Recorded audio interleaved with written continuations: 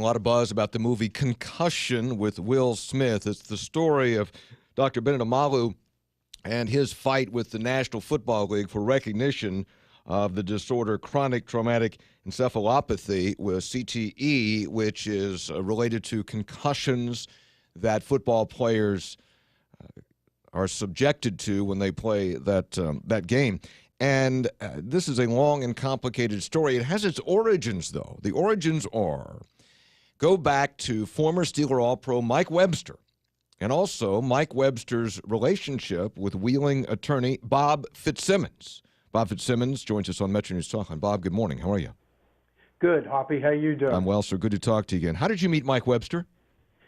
He had actually called and had been referred by, I think he had talked to a judge, is one of the stories that he had given, and he'd been to several attorneys, multiple attorneys, before he came here to Wheeling in 1997.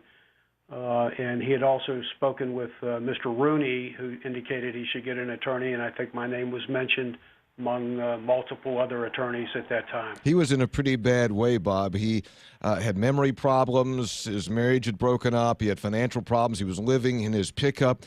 What did you think at first when he came to see you, and why did you take up his case?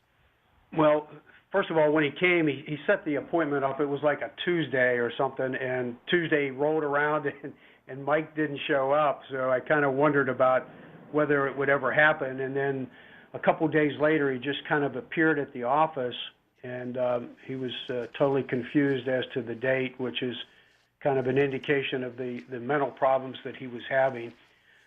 When I met him, one of the things that kind of struck me, Hoppy, is, when a guy like that walks into your office, Mike was, Iron Mike, and right. He kind of epitomized the Steelers of the 70s, and everybody knew who he was, and he was this icon. And when we went through some of the history, his date of birth is actually 2 days after mine, so we were the exact same age. And I remember thinking at that time, here's this guy with all these major problems at this point in his life, and somebody that you and I and everybody else in the world, when we were kids, probably idolized, would want to be like. And here he was asking for help at that time. But it was pretty obvious to me that he had some mental problems at that point. His memory was bad. He would shift moods. But he wasn't in the movie, and I saw the movie. I went out to the premiere in Hollywood here last week, and the movie kind of portrayed him as this raging maniac, which Mike was not. Mike was a very kind and gentle person, very caring. When somebody would stop him on the streets, he would pass out football cards of his picture and talk to people and just give them as much time as possible, because he really believed that the fans made the game and made him, and he wanted to give back. So he was a very caring and good person. So the movie really doesn't portray him accurately. Does that disappoint you? It's Hollywood, Yeah. And I felt bad for Mike. Mike passed away in 2002, so he couldn't defend his position. So yeah, I did feel kind of bad about it. I didn't like that aspect of it, because he became a close friend of mine. He ended up kind of almost becoming dependent a little bit on myself and his son Garrett, who came down from Wisconsin and actually started living with him. He had his oldest son Colin that lived with him and kind of took care of him, and then he went to the service, and Garrett came down. He was a high school kid. He was junior in high school when he came down. He actually became kind of the father in the relationship and kind of took care of Mike at that point, Bob, for several years. Bob Fitzsimmons is with his attorney for the late Mike Webster, and that's really sort of the origin of this whole story of concussion, the big article, the book, and now the movie. And Bob, you had to be, and I know you had to be appalled that when you found out that he probably had work-related injuries and was getting the minimum from the NFL for disability. Well, he wasn't getting the minimum. He wasn't getting anything at that time when I first met with Mike. Under their pension plan, and a pension's different. When you make a claim against a pension board, it's different than a normal lawsuit. And I had not done pension work at the time, so I was a little bit reluctant to take the case on. But he just needed help, and he hadn't been getting any help, and he was getting near the age of 45 at that time, so we had to get the claim in. And so I went ahead and filed the claim at that time. And put together 4 doctors and I got his medical records. And one of the problems with getting Mike's medical records, when you're a celebrity like that, every doctor in the world that you meet wants to see you or says, come on over. And, of course, Mike took advantage of that. And he had seen numerous doctors, and whether it was for colds or whatever, but he couldn't remember a lot of the people that he had met. And so there were all these medical records out there with a guy that couldn't remember where he had been, what hospitals he had received treatment at. And so it really was a task. It took over a year to put all of his medical records together, and we have a volume of medical records, Hoppy, that has all these things. And we had to actually track from one doctor to another, because he would give a history, let's say in 1978, to a doctor saying that I went to see Dr. Smith, and we would find that record. We'd have to track down Dr. Smith and then get his records. And so it just kind of it kind of was a puzzle we had to put together. But when we put it together, we found evidence of concussions and that, and having car accident cases and that. We do a lot of truck accident, car accident type cases also. It was pretty well known at that time that people could sustain closed head injuries without a physical mark on their skull, without a fracture in the skull, just because the brain is not attached. It's in this tub of fluid inside the brain, and so when you stop the momentum in a car, the brain actually moves forward or backwards and becomes injured, and that's how a lot of these concussions occur without skull fractures. And helmets don't really help that. Bob, let me stop the G-forces. Bob, let me jump ahead here. What did you think when you got the call, which I think you did, from Dr. Amalu, who said he wanted to further examine Mike Webster's brain? Well, it was a late night call I received. I'm here at the office late at night a lot of times, and he had called. He was a little bit difficult to understand. He's from Nigeria.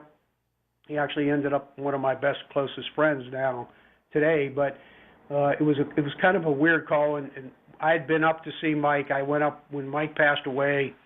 I actually went to the emergency room when Mike presented at the emergency room with his son and 2 of his closest friends, and myself went up there when he passed away. And when he asked to do the autopsy at that time, of course, we had already proven at that point in 2002 when Mike passed away, we had received an award from the pension board in 2000, May 8th of 2000, that already made the finding that Mike had sustained brain injury as related to football-related activities. Mm-hmm.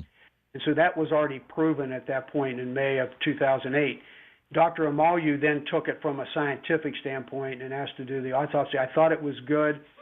I didn't want any autopsy to be done of any other parts of his body because the family didn't want that. But it's kind of a weird thing when you ask to do an autopsy on a person's brain, or later Dr. Amalu, Dr. Bales, and myself formed a group, and we do autopsies on these brains. When I say we, I'm part of the group. I don't do the autopsies, obviously, because I'm just a lawyer, but they do the autopsies, and it's difficult to ask somebody to take out the brain. It's just kind of a weird thing, right. And it's difficult to ask that, but we've had over 40 brains donated to us that we've done autopsies. Bob, Bob Fitzsimmons is with his attorney he's an attorney for Mike Webster, and really that's where this whole thing began with concussion. Mike, and a lot of this story in the movie, and you've seen it, I have not, but a lot of the story is about the fight by Dr. Amalu and others against the National Football League to acknowledge chronic traumatic encephalopathy. But you're an attorney, you've been in fights all your life, and Amalu was a little bit naive about what he was up against. He thought that the NFL might accept this. We now know more about this, but did you ever tell him, like, listen, we're up against the NFL here. This is going to be a fight. Yeah, I was with Dr. Amalu the entire way during his entire fight, Dr. Bales and myself. I'm not included in the movie. I am in the book. We had a group called Brain Injury Research Institute that we were the members of that and ran that. And he was naive. He came from Nigeria. He didn't even know about football. Had no clue about how the game was played and that. But when he was told the history about the concussions, he had a suspicion also that what we had proven was true, and he was going to try to prove it from a scientific standpoint. So what happened was we proved that Mike has football-related brain injury in 2000, May 8th of 2000, but that doesn't get published. That's a pension board finding. Right. that has representatives of the owners and the players and also the commissioner at that time. But he got it in a scientific journal, right? They made that admission, yeah. But it was kept in closed doors. It wasn't published. We didn't go out and broadcast that this finding was made. It was a personal matter, and Mike began receiving benefits then as of 1998. We did then, the NFL then, we tried to make the benefits go retroactively back to 1990 when Mike retired, and the NFL said no, that we weren't going to do that. And then we had to fight that battle in court, and that did generate a little bit of publicity. But what really brought this thing to a head was Dr. Amalu. When doctors do scientific studies and research, they oftentimes publish that in medical journals. Right. And Dr. Amalu took his findings from Mike's autopsy and published that in a medical journal that went national in 2005. But the NFL tried to discredit that, Bob. The NFL tried to discredit that. It was terrible. They had a commission established at that time of doctors. The guy that headed it up was a rheumatologist. He wasn't even a brain surgeon or a pathologist. And he headed it up and indicated that what Dr. Amalu said, he actually said that was voodoo science, basically, and that it wasn't correct. And they had this commission with some pretty renowned doctors that also believed that football-related activities, these concussions, the repeated concussions, and I want to emphasize it's repeated concussions. Mm-hmm. It's not necessarily just one concussion, but it's the repetitive nature of getting the brains kind of injured on a fairly regular basis that causes CTE. But when the paper came out, they went after him, and Dr. Bales joined forces with him and gave him also some medical credibility at that time. And Dr. Bales was our chairman down at West Virginia University. Right. And I'm real proud to say that we set up the Brain Injury Research Institute and made it part of West Virginia University for a period of time. And as you probably know, and most of the people in West Virginia, we lost a great neurosurgeon. Dr. Bales ended up in Chicago. Right. And when we did that, because we didn't have anybody at West Virginia, we moved our Brain Injury Research Institute that still examines brains today out to Chicago. Bob, let me jump ahead to the movie, and I haven't seen the movie yet. You have, and I wonder what the impact of the movie is going to be. Of course, the NFL's come a long way in acknowledging CTE, but what do you think the impact of the movie is going to be? Because it's a bit of a downer story in some respects, and A, and B, about putting sort of revealing kind of a dark side of one of the most popular sports in the world. How's it going to be received? Well, when you say a dark side, that's carrying it to a little bit of an extreme. Okay. It does send a message, and here's the message that I think most of the scientists on both sides actually agree, including the former NFL doctors. I remember meeting with Dr. Maroon and a pathologist from New York City, Dr. Amalu, and Dr. Bales down at West Virginia University when we actually looked at the slide, and they agreed at that time, and that's around 2009, that yes, football-related activities can cause permanent brain damage that's very significant, and we need to make the game safer.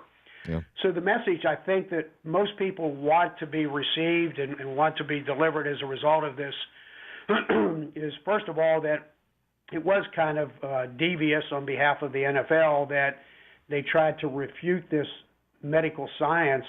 And it wasn't just medical science. It's common sense. If you beat up the brain and you hit the brain so many times, you're going to end up with some damage. We all know that. We've known that, and it's been no secret. But for whatever reason, nobody really pronounced it and proffered that as a theory. For whatever reason, it happened. But we need to make the game safer. And if you watch the NFL, they're on the verge, I think, of getting rid of maybe the kickoff and maybe the punt, which are exciting plays, and either getting rid of those or making those less dangerous so that the head-on-head contact. And the NFL has responded, and a lot of the high schools, there has now been passed in every state in the union a concussion law, and it's written after a kid by the name of Lystet out of Washington, who is permanently disabled as a result of a head injury. So the game needs to be safer. We need to look at this helmet. We need to figure out some ways that the helmet can protect the brain, because right now it just protects the skull.